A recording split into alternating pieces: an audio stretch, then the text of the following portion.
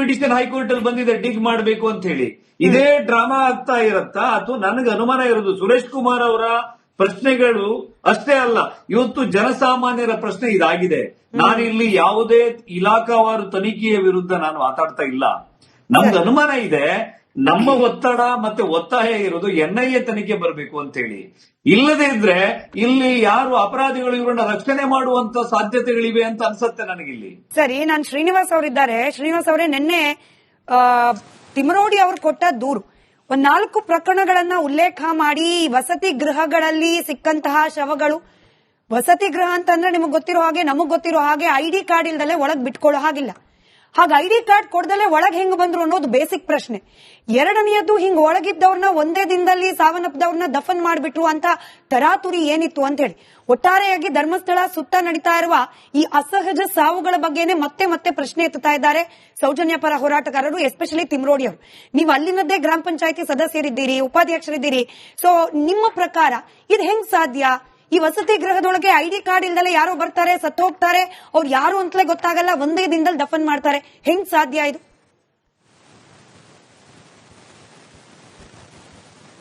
ಮುಖ್ಯವಾಗಿ ಧರ್ಮಸ್ಥಳದ ಒಂದು ಚಿತ್ರಣ ಯಾರಿಗೆ ಗೊತ್ತಿರ್ತದೋ ಅವರಿಗೆ ಈ ಪ್ರಶ್ನೆಗಳು ಮೂಡುವುದಿಲ್ಲ. ಲಕ್ಷಾಂತರ ಜನ ಬರುವಂತಹ ಸ್ಥಳ. ಒಂದು ದಿವಸಕ್ಕೆ ಸುಮಾರು ಸರಾಸರಿ 20 ರಿಂದ 25 ಸಾವಿರ ಭಕ್ತರು ಬರುವಂತಹ ಸಂದರ್ಭದಲ್ಲಿ ಎಲ್ಲರಿಗೂ ವಸತಿ ಗೃಹದಲ್ಲಿ ರೂಮ್ ಸಿಗ್ತದೆ ಅಂತ ಹೇಳುವಂತ ಯಾವ ಖಾತ್ರಿಗಳು ಇರುವುದಿಲ್ಲ. ಇಲ್ಲಿಗೆ ಬರುವಂತಹ ಭಕ್ತರು, ಮುಗ್ಧ ಭಕ್ತರು, ಪ್ರಾಮಾಣಿಕವಾದಂತಹ ಭಕ್ತರಿಗೆ ಅವರಿಗೆ ಹೊರಗಡೆ ಚಾಪೆ ತಕೊಂಡು ಕಾರಿಡಾರ್ನಲ್ಲೋ ವರಾಂಡದಲ್ಲಿ ಮಲ್ಕೊಂಡು ಬೆಳಿಗ್ಗೆ ಎದ್ದು ಹೋಗುವಂತಹ ಎಷ್ಟೋ ರೂಮ್ಗಿಂತಲೂ ಹೆಚ್ಚಾಗಿ ಇಲ್ಲಿ ಬರುವಂತಹ ಭಕ್ತರ ಸಂಖ್ಯೆ ಹೆಚ್ಚು. ನೀವು ಒಂದು ಭಾನುವಾರ, ಒಂದು ಆದಿತ್ಯವಾರ ಅಥವಾ ಒಂದು ಸೋಮವಾರ, ಶನಿವಾರಗಳು, ಕಾರ್ತಿಕ ಮಾಸ ಅಥವಾ ಇನ್ನಿತರ ದಿನಗಳಲ್ಲಿ ನೀವು ಕಂಡುಕೊಂಡಾಗ ಬಹಳ ಸ್ಪಷ್ಟವಾಗಿ ಇರ್ತದೆ ಇಲ್ಲಿ ರೂಮ್ ಇರುವಂತಹ ಸಂಖ್ಯೆ ಕಡಿಮೆ. ಇಲ್ಲಿರುವಂತಹ ಭಕ್ತರು ಅಲ್ಲಲ್ಲಿ ಸ್ಥಳಗಳು ಸಿಕ್ಕ ಅನುಮಾನ ಇರೋದು ರೂಮ್ ಒಳಗಡೆ ಹೆಂಗ್ ಸತ್ತೋದ್ರು ಅಂತ. ಹಂಗ್ ಸತ್ತೋದವ್ರನ್ನ ತನಿಖೆ ಇಲ್ದಲೆ ಅವ್ರ ಪೂರ್ವಾಪರ ವಿಚಾರಿಸದೆ ಹೆಂಗ್ ಒಂದೇ ದಿನದಲ್ಲಿ ದಫನ್ ಮಾಡಿದ್ರು ಅಂತ.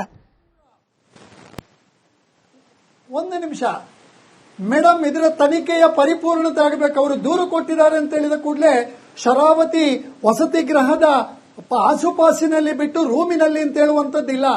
ಯಾವುದೇ ಶವ ಇದಾದಾಗ ಆ ಶರಾವತಿ ವಸತಿ ಛತ್ರದ ಬಳಿ ಅಂತ, ಆ ಛತ್ರದ ಬಳಿ ಅಂತಿರುವಾಗ ಕಾರಿಡಾರ್ ಇರ್ಬೋದು, ವರಾಂಡ ಇರ್ಬೋದು. ನೋಡಿ, ನನ್ನ ಹತ್ರ ಪ್ರತಿನೇ ಇದೆ. ತಿಮರೋಡಿ ಅವರು ದೂರು ಕೊಟ್ಟಿದ್ದ ಪ್ರತಿನೇ ಇದೆ. ಇಲ್ಲಿ ಆಸುಪಾಸು ಅಂತ ಬರೆದಿಲ್ಲ, ಕ್ಲಿಯರ್ ಕಟ್ ಆಗಿ ಬರ್ಬಿಟ್ಟಿದ್ದಾರೆ. 13/4/2006 ಶರಾವತಿ ವಸತಿ ಗೃಹ, ಒಳಗೋ ಹೊರಗೋ ಸ್ಪೆಸಿಫೈ ಮಾಡಿಲ್ಲ ಇವರು.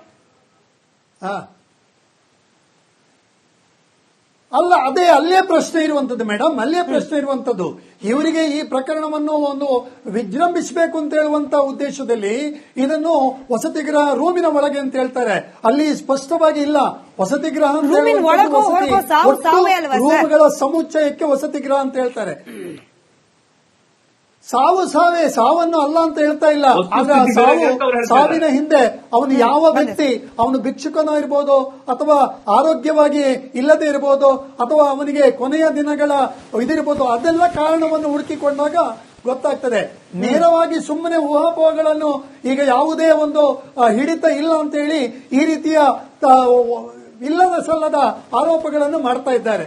ನಿಜವಾಗಿ ಇಲ್ಲಿಯ ಪರಿಸ್ಥಿತಿ ಮತ್ತು ಪರಿಸರವನ್ನು ನೋಡಿದಾಗ ಬಹಳ ಸ್ಪಷ್ಟವಾಗಿ ಗೊತ್ತಾಗಿರ್ತದೆ. ಅಲ್ಲ, ಇವಾಗ ಡಾಕ್ಯುಮೆಂಟ್ಗಳೇ ಫೋರ್ಜರಿ ಆಗೋಗ್ಬಿಟ್ಟಿದೆ. ಈ ರೀತಿಯಾಗಿ ಅನಾಥ ಶವಗಳನ್ನ ಸಂಸ್ಕಾರ ಮಾಡಿದ್ದು ಅಥವಾ ದಫನ್ ಮಾಡಿದ ವಿಚಾರಕ್ಕೆ ಸಂಬಂಧಪಟ್ಟಂತೆ ಸೈನ್ ಹಾಕಿರೋದ್ರಲ್ಲೂ ಕೂಡ ಗೋಲ್ಮಾಲ್ ಇದೆ. 400 ಪುಟಗಳ ರಿಪೋರ್ಟ್ ಇಟ್ಕೊಂಡು ಹೋಗಿದ್ರು ಮಟ್ಟಣ್ಣನವರವರು. ಇಲ್ಲಿ ಕೇವಲ 4 ಪ್ರಸ್ತಾಪ ಮಾಡಿದ್ದಾರೆ ತಿಮರೋಡಿ ಅವರು.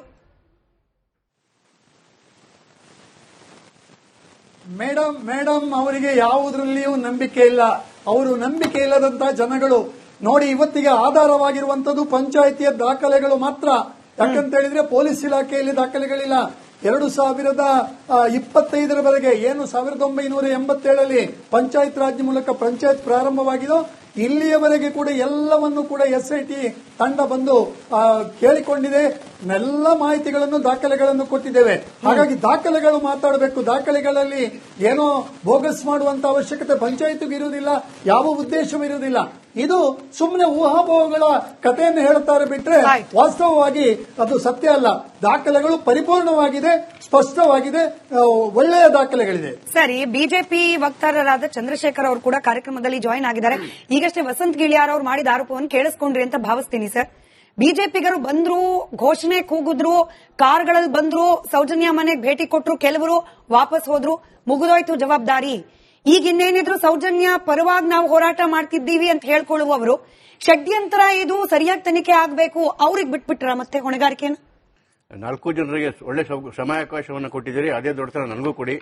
ವಸಂತ್ ಗಿಳಿಯಾರ್ ಅವ್ರಿಗೆ ಏನಾದ್ರು ನೋವಾಗಿದ್ರೆ ನಾನು ಕ್ಷಮೆ ಕೇಳ್ಕೊಂಡು ಮಾತು ಹೇಳ್ತೀನಿ. ಗಿಳಿಯಾರ್ ಅವರೇ, ಯಾವುದೇ ಕಾರಣಕ್ಕೂ ಬಿಜೆಪಿ ಧರ್ಮಸ್ಥಳದ ವಿಚಾರದಿಂದ ಹಿಂದೆ ಸರಿದಿಲ್ಲ. ಮೀಡಿಯಾಗಳ ಅಟೆನ್ಷನ್ ಪೂರ್ತಿ ಮದ್ದೂರು ಕಡೆಗಿದ್ದರಿಂದ ನಿಮ್ಗೆ ಆ ಭಾವನೆ ಬಂದಿರಬಹುದು. ನಮ್ಮ ರಿಪೋರ್ಟರ್ಸ್ ಇನ್ನೂ ಧರ್ಮಸ್ಥಳದಲ್ಲೇ ಇದ್ದಾರೆ, ಅಲ್ಲಿಂದ ಗ್ರೌಂಡ್ ರಿಪೋರ್ಟ್ ಬರ್ತಲೇ ಇದೆ, ನಾವು ಚರ್ಚೆ ಮಾಡ್ತಲೇ ಇದೀವಿ. ಮೇಡಮ್, ನಾನು ನಿಮ್ಮನ್ನು ಬಿಟ್ಟೇ ಹೇಳ್ತಾ ಇದ್ದೀನಿ. ನಮ್ಮಲ್ಲಿದ್ದೀರಿ, ನಮ್ಮ ಬಗ್ಗೆ ಮಾತಾಡಿ. ಫೈನ್. ಅದಾದ್ಮೇಲೆ ನೋಡಿ, ಈಗಾಗಲೇ 4 ಜನದ ಕಮಿಟಿನೂ ಮಾಡ್ತಾ ಇದ್ದೀರಿ ಇದನ್ನ ಫಾಲೋ ಅಪ್ ಮಾಡ್ಲಿಕ್ಕೆ. ಹಾಗಾಗಿ ಬಿಜೆಪಿ ಕಡೆಯಿಂದ ಕಟ್ಟ ಕಡೆಯ ನ್ಯಾಯ ಸಿಗೋವರೆಗೂ ನಮ್ಮ ಹೋರಾಟ ಇದ್ದೇ ಇರುತ್ತೆ. ನಿಮ್ ಜೊತೆ ನಾವು ಇರ್ತೀವಿ ಗಿಳಿಯಾರ್ ಅವರೇ. ಮೊದಲನೇದು. ಎರಡನೇದು, ನಾನು ನಿಮ್ ಕಳೆದ ಬಾರಿನೇ ಹೇಳಿದೆ, ಈ ವಿಚಾರಕ್ಕೆ ಹೋದ್ರೆ ಧರ್ಮಸ್ಥಳದ ವಿಚಾರದಲ್ಲಿ ದೊಡ್ಡ ಏನು ಷಡ್ಯಂತ್ರ ಅಂತ ಏನ್ ಹೇಳ್ತಾರೆ, ಆ ಷಡ್ಯಂತ್ರದ ಭಾಗಗಳೇನೆ ಮೊದಲನೇದು ಕಾಂಗ್ರೆಸ್ ಪಕ್ಷ, ಎರಡನೇದು ಸಿದ್ದರಾಮಯ್ಯನವರು, ಮೂರನೇದು ಗೃಹ ಸಚಿವರಾದ ಪರಮೇಶ್ವರು, 4ನೇದು ಬುರ್ಡೆ ಗ್ಯಾಂಗು. ಇವರೆಲ್ಲರನ್ನು ಎನ್ಕ್ವೈರಿ ಮಾಡಬೇಕು. ಕಾಂಗ್ರೆಸ್ ಪಕ್ಷ ಮೊದಲನೇ ಸ್ಥಾನದಲ್ಲಿ ನಿಲ್ಲುತ್ತೆ ಈ ಧರ್ಮಸ್ಥಳ ಹೆಸರನ್ನು ಹಾಳು ಮಾಡೋದಕ್ಕೆ. ನಾನು ಯಾಕೆಂದ್ರೆ ನಿಮ್ಮ ಹತ್ರಕ್ಕೆ ಬರ್ತೀನಿ ಉದಾಹರಣೆಗೆ. ಯಾಕೆ ಸಮೀರನಿಗೆ ಅವನು ಆಂಟಿಸಿಪೇಟರ್ ಬೇಲ್ ಅಪ್ಲೈ ಮಾಡಿದಾಗ ಸಮೀರ್ಗೆ ಆಂಟಿಸಿಪೇಟರ್ ಬೇಲ್ ಕೊಟ್ಟಿದ್ದಾರು, ತಗೊಂಡಾಗ ಅವನನ್ನು ಮುಚ್ಚಿಟ್ಕೊಂಡಿದ್ದಾರು. ಇದೇ ಸಿದ್ದರಾಮಯ್ಯನವರ ಬಲಗೈ ಬಂಟರಾಗಿರ್ತಕ್ಕಂತಹ ಕಟ್ಟ ಕಾಂಗ್ರೆಸ್ಸಿಗ ದ್ವಾರಕಾನಾಥ್ ಅವರು. ಇದೇ ಸೆಂದಿಲ್ ಮೇಲೆ ಆಪಾದನೆ ಬಂದಾಗ ಸೆಂದಿಲ್ ಜೊತೆ ಯಾರು ನೋಡಿದ್ದು? ಇದೇ ಮುಕುಂದರಾಜ್ ಅವರು. ಕಾಂಗ್ರೆಸ್ನ ಯಾವ್ದು ಲೀಗಲ್ ಸೆಲ್ ಮುಖ್ಯಸ್ಥರು ಇವರು.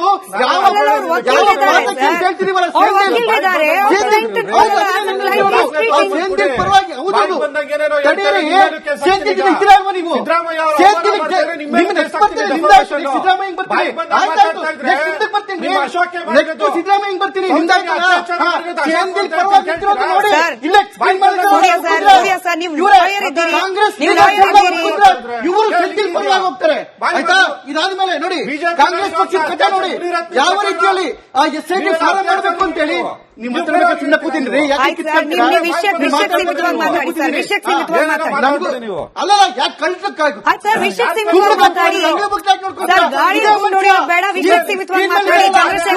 ಪರವಾಗಿ ನಿಂತಿರೋರು ಇವರೇ ಸಿದ್ದರಾಮಯ್ಯ ಬಲಗೈ